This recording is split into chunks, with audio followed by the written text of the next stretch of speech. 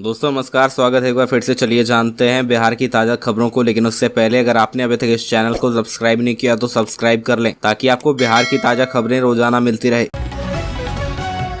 सबसे पहली और बड़ी खबर, हेमंत सोरेन से मुलाकात के बाद बोले नीतीश कुमार, आगामी लोकसभा चुनाव का परिणाम देश का इतिहास बदलने वाला होगा। देश में विपक्षी एकजुटता की मुहिम के तहत रांची पहुंचे बिहार के मुख्यमंत्री नीतीश कुमार ने बुधवार को झारखंड के मुख्यमंत्री हेमंत सोरेन से मुलाकात की। इसके बाद दोनों नेता मीडिया से मुखातिब हुए। नीतीश कुमार ने कहा कि आने वाले लोकसभा चुनाव का परिणाम देश का इतिहास बदलने वाला होगा। यह एकजुटता उन ताकतों के खिलाफ है जो देश के पुराने इतिहास को मनमर्जी से बदलने की कोशिश कर रहे हैं। नीतीश कुमार के साथ जदयू के राष्ट्रीय अध्यक्ष राजीव रंजन उर्फ ललन सिंह, बिहार के उप मुख्यमंत्री तेजस्वी यादव भी मौजूद रहे। नीतीश कुमार ने कहा कि हेमंत सोरेन जी से बात हुई है, हम सभी की राय एक है, देश के हित में एकजुटता का यह प्रयास चल रहा है।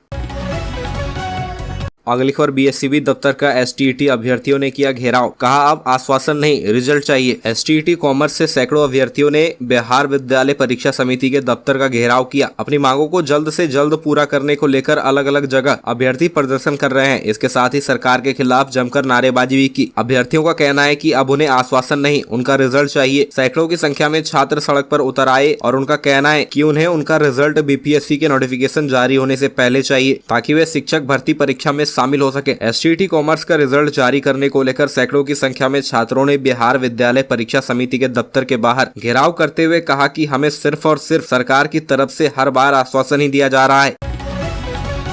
अगली खबर, आनंद मोहन पर पूर्व आईपीएस ने लगाया हत्या की सुपारी देने का आरोप। जेल से आनंद मोहन की रिहाई का विरोध करने वाले बिहार के पूर्व आईपीएस अधिकारी अमिताभ कुमार दास ने अपनी हत्या की सुपारी देने का आरोप आनंद मोहन के ऊपर लगा दिया है। बाहुबली की रिहाई के विरोध में आवाज उठाने वाले पूर्व आईपीएस अमिताभ कुमार दास ने कहा कि कभी भी उनकी हत्या हो सकती है। बाहुबली ने अपने गुर्गों को ऑर्डर दिया है कि अमिताभ दास को भी जी कृष्णैया के पास पहुंचा दो। अमिताभ दास के मुताबिक सुपारी का इनपुट उन्हें उनके इंटेलिजेंस ने दी है, जिसकी जानकारी बिहार पुलिस के मुखिया को दे दी गई है। आनंद मोहन की हिट लिस्ट में आने का मतलब कभी भी कोई बड़ा वारदात हो सकता है। अमिताभ कुमार दास ने ही सबसे पहले बाहुबली आनंद मोहन की रिहाई का विरोध किया था।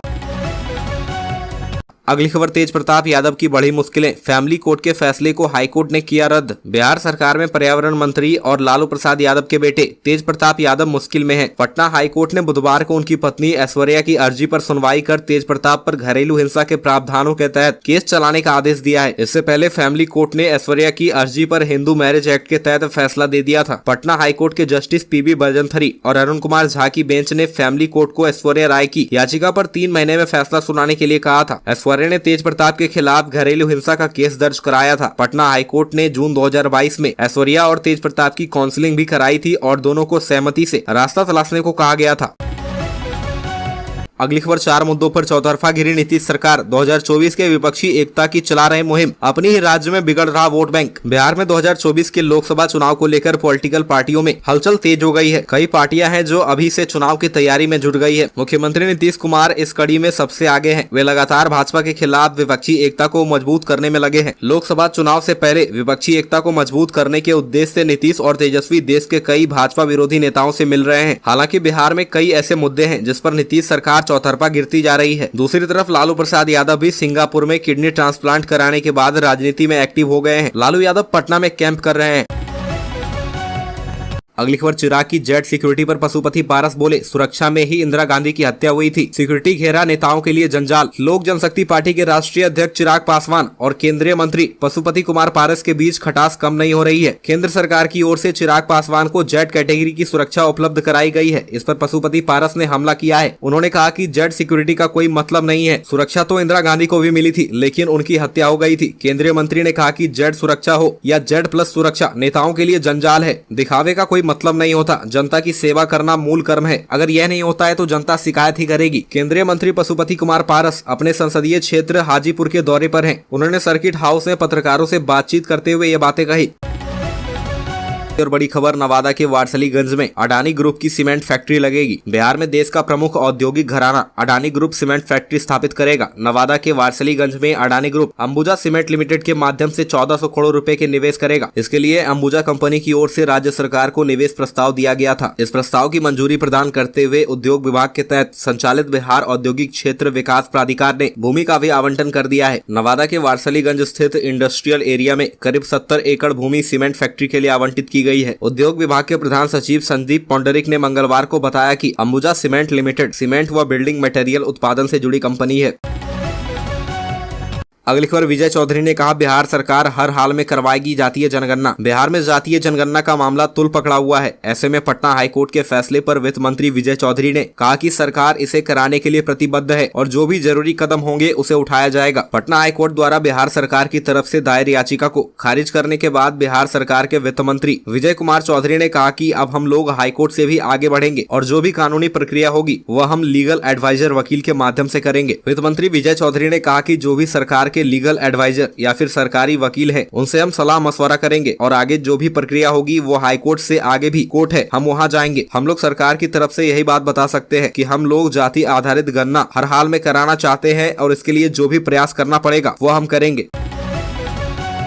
अगली खबर, वीआरएस वाले चौकीदार के वारिस को नहीं मिलेगी उनकी नौकरी। सेवानिवृत्ति से 1 माह पहले तक स्वैच्छिक रूप से पदत्याग करने वाले चौकीदार के वारिस को उनकी नौकरी नहीं मिलेगी। बिहार सरकार के वर्षों से चले आ रहे प्रावधान को पटना हाईकोर्ट ने रद्द कर दिया है। इसके आलोक में सरकार ने सभी डीएम को पत्र भेजकर आवश्यक कार्रवाई करने को कहा है। इसमें 25 फरवरी के बाद इस तरह की बहाली पर भी खतरा हो सकता है। बता दें कि गृह विभाग की ओर से यह व्यवस्था थी कि 20 साल की सेवा अवधि पूरा करने वाले कोई चौकीदार सेवानिवृत्ति से 1 महीने पहले स्वैच्छिक रूप से पद छोड़ते हैं तो उनके उत्तराधिकारी को उनकी जगह बहाल कर लिया जाएगा। इसके लिए कम से कम 55 साल से अधिक उम्र वाले चौकीदार को इच्छा व्यक्त करते हुए किसी वारिस को नामित कर डीएम को आवेदन देना होता था। अगली खबर, गिरिराज सिंह ने सीएम को लिखी चिट्ठी, द केरल स्टोरी फिल्म को टैक्स फ्री करने की मांग। बिहार में इन दिनों मसले पर काफी तेजी से राजनीति गरमाई है। एक बागेश्वर धाम के बाबा धीरेन्द्र कृष्ण शास्त्री पटना पहुंच रहे हैं तो उसको लेकर विरोध प्रदर्शन हो रहे हैं। वहीं दूसरी तरफ बॉलीवुड के फिल्म द केरल स्टोरी को लेकर भी बवाल मचा है। कुछ पक्ष इसे दिखाने के पक्ष में है तो कुछ पक्ष इसे बैन करने के पक्ष में है। इसी बीच केंद्रीय मंत्री गिरिराज सिंह ने बिहार सरकार से पूरे बिहार में इस फिल्म को टैक्स फ्री करने का आग्रह किया है। मुख्यमंत्री नीतीश कुमार को चिट्ठी लिखकर कहा है कि यह फिल्म समसामयिक है, उसको टैक्स फ्री किया जाए। अगली खबर, लालू यादव ने किया तरेत को उजाड़ने का प्रयास। महंत सुदर्शनाचार्य बोले उनके बेटे धीरेन्द्र शास्त्री का कर रहे हैं विरोध। बागेश्वर धाम के बाबा धीरेन्द्र कृष्ण शास्त्री 12 तारीख को पटना आ रहे हैं। 13 से लेकर 17 मई तक उनका 4 दिवसीय कार्यक्रम तरेत में होना है। इधर उनके आगमन को लेकर आरजेडी सुप्रीमो लालू प्रसाद यादव के बेटे तेज प्रताप उनका विरोध कर रहे हैं। बुधवार को मठ के महंत सुदर्शनाचार्य ने लालू प्रसाद पर हमला बोलते हुए इतिहास की वो पुरानी बातें बताई जब लालू यादव ने भी परवल और भूरा बाल साफ करो की तर्ज पर कभी तरेत मठ को उजाड़ने का प्रयास किया था। उन्होंने कहा कि रामकृपाल यादव और श्याम रजक ने उनको बरगला दिया था कि तरेत मठ में भूमियार जाति के लोगों की राजनीति चलती है। आरजेडी के राष्ट्रीय अध्यक्ष लालू प्रसाद यादव ने मुख्यमंत्री रहने के दौरान पटना की डीएम राजवाला वर्मा को यह आदेश दिया था कि तरेत मठ के 66 एकड़ जमीन को गरीब में बांट दिया जाए। और बड़ी खबर, जातीय जनगणना पर हाईकोर्ट से भी आगे लड़ेगी बिहार सरकार। बिहार में जातीय जनगणना पर पटना हाईकोर्ट ने अंतिम फैसला होने तक रोक लगा दी है। इस संबंध में अदालत ने अगली सुनवाई 4 जून को करने की बात कही है, लेकिन बिहार सरकार की ओर से जल्दी प्रक्रिया के आग्रह पर मंगलवार को ही मामले पर विचार किया जाएगा। इस बीच खबर है कि बिहार सरकार जातीय जनगणना पर आगे बढ़ने के लिए सभी विकल्पों का विचार कर रही है। इसके तहत सरकार पहले सभी कानूनी पहलुओं को आजमाएगी और उसके बाद भी यदि जातीय जनगणना को मंजूरी नहीं मिल पाई तो फिर विधानसभा में कानून बनाने का रास्ता अपनाया जाएगा। राज्य सरकार के मंत्री का कहना है कि हम जातीय जनगणना कराकर रहेंगे। उन्होंने कहा कि इससे राज्य में सामाजिक योजनाएं तैयार करने में मदद मिलेगी और हर वर्ग को सहूलियत दी जा सकेगी।